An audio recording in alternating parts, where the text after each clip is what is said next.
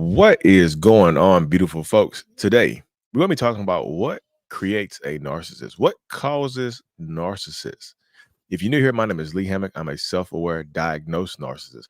Welcome to another episode of the Narcissist Code.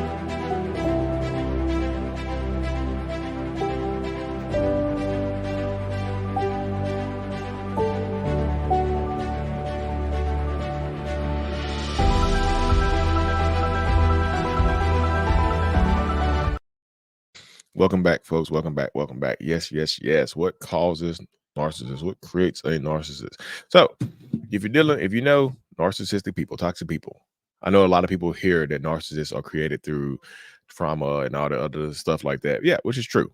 But today we're going to be talking about two different ways that narcissists could possibly be created. Wait, maybe a third. Maybe a third. That's about three. Maybe three.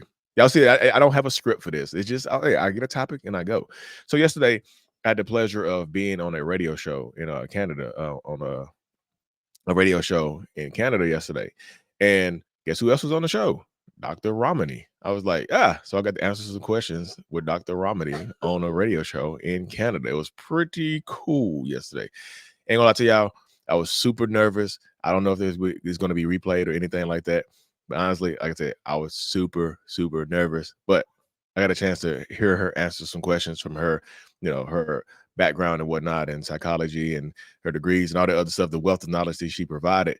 But it was a good show. It's called Just Asking in Canada on CBC. But somebody asked her, "It's like, what creates a narcissist?" And she gave, she said, most people, or like she gave an excellent answer. I'm just going to go and jump from my perspective on those as well. So the first way the narcissists are created, it's probably going to be the way that most people hear about, right? The first way the narcissists are created is going to be through trauma. Yes, trauma and neglect create narcissistic people. I know a lot of people ask me, Lee, what made you a narcissist? Like what was thrown into the witch's brew, the witch's brew, the cauldron that created you? What was thrown in there? Like, hit us with it. Yeah, it was trauma and neglect. More neglect than trauma. You know what I mean? It's more neglect and lack of validation and things of that nature that caused me to possibly have this personality disorder, right? Like, I had it. My dad was there. It wasn't like the prototypical stereotypical story of the black man abandoned his offspring. No, he was there. He just neglectful. That's why when I asked people the question, I was like, "What's worse for a person? What's worse? I ask people, what's worse, being neglected or having a neglectful parent or an absent parent? Both can be traumatizing, right? But I feel like sometimes this is my own personal experience. Having a neglectful parent can suck worse because they are there. They are around. You see them. It's just like they don't care, like nothing you do for this person makes them happy. Nothing you do for them gets any type of validation. They just kind of look at you and stare at you or just ignore you and whatever. So you never get the validation that you're seeking, that you're searching for from this person, from your caretaker, from somebody who birthed you, somebody that you look like, you know what I mean? So that could create a narcissist. He was active. But yeah, he used to. There's some. I feel like there was some physical abuse back in the day, like there's whoopings, so to speak, right? You get whoopings back in the day, and that's super frowned upon now. But back in the day, that's that was the way things went.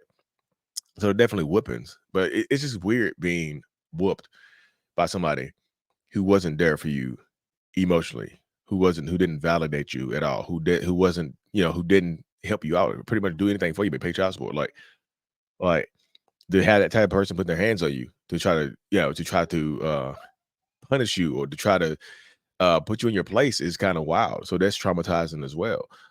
Having a neglectful parent that's also whooping you or being physically abusive, as people will look at it right now, is traumatizing, right? And that's what happened to me. I just had a neglectful, sometimes physically abusive parent on the side. My mom, she works second shift. Love my mama. I know people always ask me about my relationship with my mom. People ask me about my relationship with my mom, and I tell them, like, I love my mama. My mama is my mama. I love my mama. And nothing will ever change that. But she worked second shift. She did what she had to do to take care of her kids and whatnot. So, but she worked second shift for the majority of, like, for the, since she was like 9, 10 years old, which is those formative years and whatnot.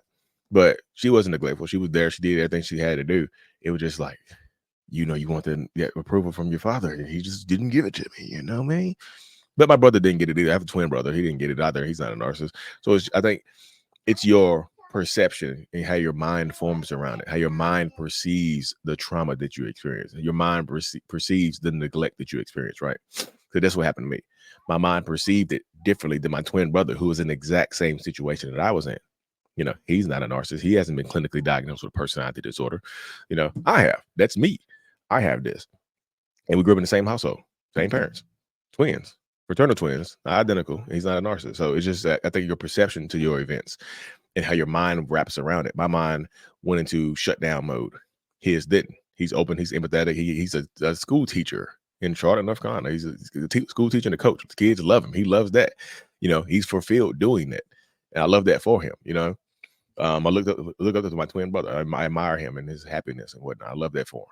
And we both have 2 kids. It's kind of crazy. So it's just like, we both, I have 3 kids. He has 2. But it's wild. But that's the space that so many people fall into right there, y'all. Like, seriously.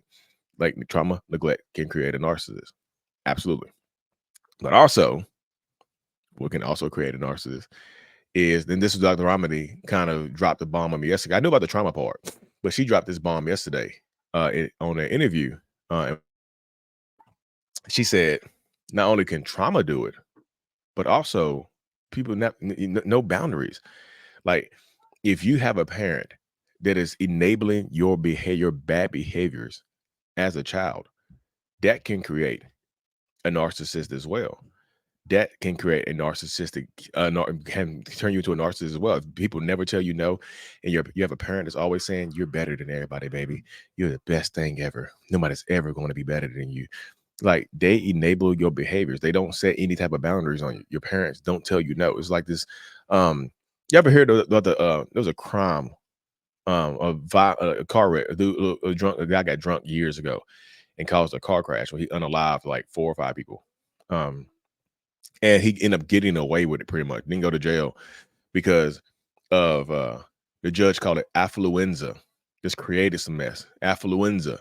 Say, he never had boundaries on him, and his parents gave him everything. He never heard the word no, so he didn't know drinking and driving. What if he did and ended up unaliving like 4 people and got away with it? And that's not how narcissistic is that? He got away with being spoiled.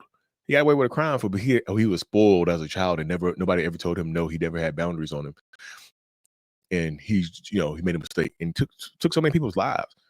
It was free. Got set free. It's crazy. It was wild. And I remember that, and just like, that's narcissistic. Because I think very recently, he maybe a couple years ago, he got arrested again for drinking. He's one of the things he couldn't do was drink. He just got arrested again for drinking. Just like, that's narcissistic. Like, your parents don't set boundaries on you. They don't tell you no. They don't guide you in the right direction. They just let you get away with everything because you're so special. Because you're this, you're that. Nobody, you can't do anything wrong. You're right about everything, baby. You're my special boy. You're my special little girl. And you become a narcissist through that as well. You see, that opened my eyes yesterday. When I heard Dr. Ramadi say that, I was like, damn, I didn't know that was. I kind of heard that before, but I didn't know. Like, she explained it in such a way that it made sense to me, and I was like, dang, that's so true within this space and whatnot. Like, I can understand how nobody ever setting boundaries on you, nobody ever telling you no, can create a level of narcissism in you that you can't subside, like, you can't get away from. I get that. I was like, damn, that is so true. And that just shook my mind a little bit, y'all. I was like, damn, shout out to Dr. Rami, shout out to the show on CBC, just asking for having us on and whatnot. We got to hear that. I was like, first time I was super nervous, y'all. I ain't gonna lie to you. First time I got to work with Dr. Ramadi on anything, but it's cool. Like I said, which is cool. I understand why it hasn't happened, but anyway, that was cool. I was like, I was super nervous in the background. Like, ooh, please, Lord, please. But it was pretty cool though, y'all. And I know y'all told y'all I was gonna give y'all 3 reasons, 3 ways a narcissist is created, right? So this is gonna be the bonus reason right here. Could there be a genetic component to passing down a personality disorder or personality traits? Because my story, y'all know, most of y'all know my story if y'all follow me for any period of time. that, yeah, my dad was probably narcissistic in and of itself, but is he? I have trouble believing that he's a full blown narcissist. Um, I just think he had trauma as a child. Let me tell you about his trauma as a child. His father unalived himself when he was 27 years old. When my grandpa was 27 years old, he had 3 kids. Decided on Monday morning, 5:30 a.m., got up, didn't go to work, took himself out of here. And I'm pretty sure my dad was in the house, found him, and that traumatized him at 7 or 8 years old. You see, 7 or 8 years old, he got traumatized. There's no therapy. This is in the early 70s, so there's no therapy for a little black boy and little boys overall in the 70s. Go to school. Oh, your father passed away on Monday? Probably back in school on Wednesday or Thursday. Maybe even Monday. Who knows? Maybe even Tuesday or Wednesday. So sometime that week, back into school. And that's the type of stuff that happened. And you don't get help. You grow up you have a traumatized child that grow up as a traumatized adult. And you don't get any type of help. You don't work past that. You don't work through that. You don't talk it out. So you just grow up, have kids, be neglectful towards them, traumatize them, and you pass it down. Now, I've talked to my therapist about that, about my grandfather unaliving himself. And she said my grandfather maybe had some schizophrenic traits. Yeah, maybe it was had some schizophrenic. Maybe he was undiagnosed schizophrenic and just 27 years old, just decided it was the voices and decided it was time to go. He said it was time. So there could be a genetic component to it as well. Like I say, I'm not a geneticist. I'm not a physicist. I don't have any experience in that realm. But just for me, what I've been through, what I've discovered over the last, damn, it's been almost 8 years now, 8 years next week, of digging deeper into this dynamic and the mindset.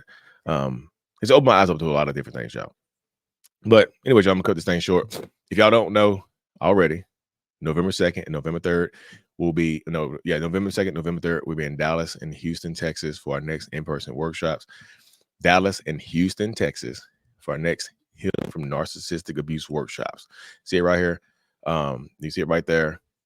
I'm gonna put it on the screen too. I gotta put it on the screen. You can find more information at mentalhealness.net/events. It's on the bottom of the screen right now. But Nia Renee and myself will be in Houston, Texas, and Dallas, Texas. Dallas, Texas on the 2nd, Houston on the 3rd for our next in-person workshop. We had like 35 people show up to the last one, and that was that was the maximum that could fit in that room. So we're doing a maximum of like 40 to 50 in this one. There's a bunch of people registered. You can check it out right here. Go to mentalhealness.net/events. Register for Dallas. Register for Houston right there. Check it out. If you're watching this after the 2nd, we'll be somewhere. Check mentalhealness.net/events for the next one, y'all. I appreciate y'all tuning in to this episode. And as always, y'all, Mental Healness is out. Peace. Thank you so much for making it to the end of my video. I am extremely grateful for you. Have no idea. If you haven't already, make sure you go ahead and subscribe to the channel. Helps reach more people. And click on the screen to watch another video or to browse through another playlist. There's also a link on the screen to check out my courses and my support groups to help you heal and understand what you've been through. Thank you so much again. I will see you in the next video. Peace.